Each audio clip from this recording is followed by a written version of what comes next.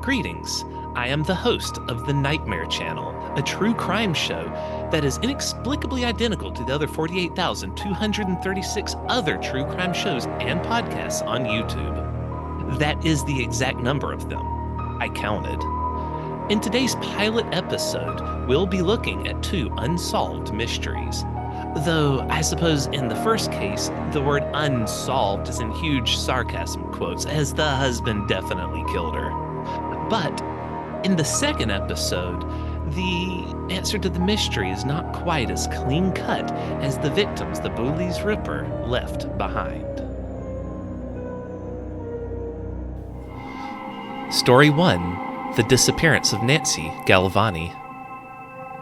In the summer of 1982, San Francisco's foggy streets concealed a chilling tale that has remained unsolved for decades. Nancy Galvani, a 33-year-old woman, had recently filed for divorce from her husband, Patrick Galvani, citing his abusive behavior. She and her young daughter, Allison, had relocated to a modest residential hotel in the city's Tenderloin district, leaving behind the grandeur of their former home in Pacific Heights. On the night of August 8, 1982, Nancy was supposed to pick up Allison from her father's house. However, she never arrived. The following morning, her lifeless body was discovered in San Francisco's Bay. It was bound in a sleeping bag with a concrete block tied around her. The brutality of the murder sent shockwaves through the community. Investigators soon uncovered the unsettling details. Nancy's car and a set of her clothes were found at Patrick's home, raising suspicions about his involvement. Even more disturbing was the fact that Patrick had coerced his 5-year-old daughter into providing an alibi for him, a claim that was proven to be false later on. Patrick Galvani's sole alibi for the night of Nancy's death was the statement of their 5-year-old daughter, Allison. He claimed that Allison had been with him during the evening, thereby asserting his innocence. Investigators revealed that Allison had actually been with a babysitter that night, and not with her father as he had claimed. The false alibi raised further suspicions about Patrick's involvement in Nancy's murder. Despite these red flags, the case went cold and no charges were ever filed.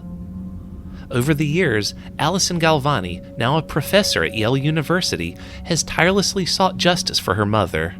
She has repeatedly urged San Francisco's prosecutors to reopen the case and to hold her father accountable for Nancy's murder.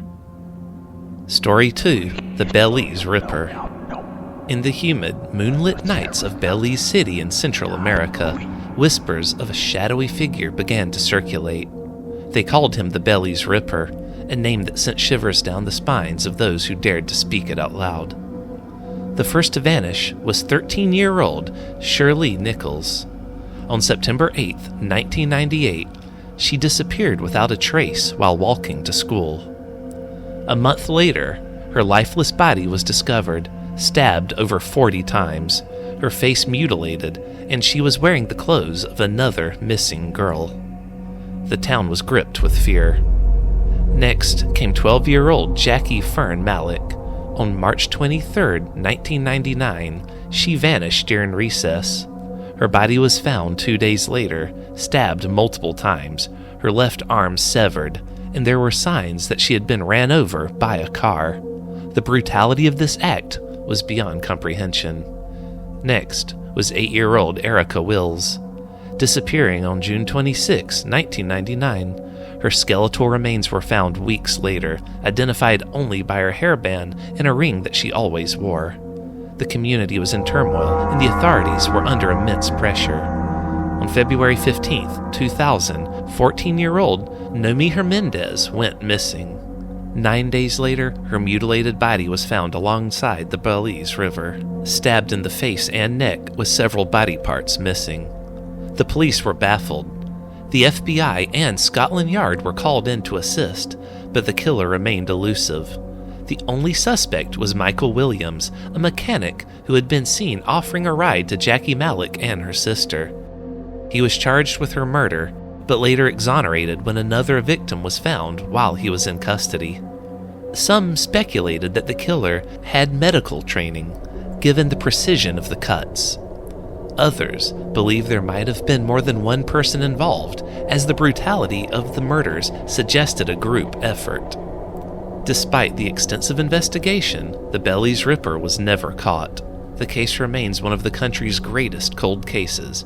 A haunting reminder that whatever you do, dear listener, do not look behind you right now. I said, look behind you right now.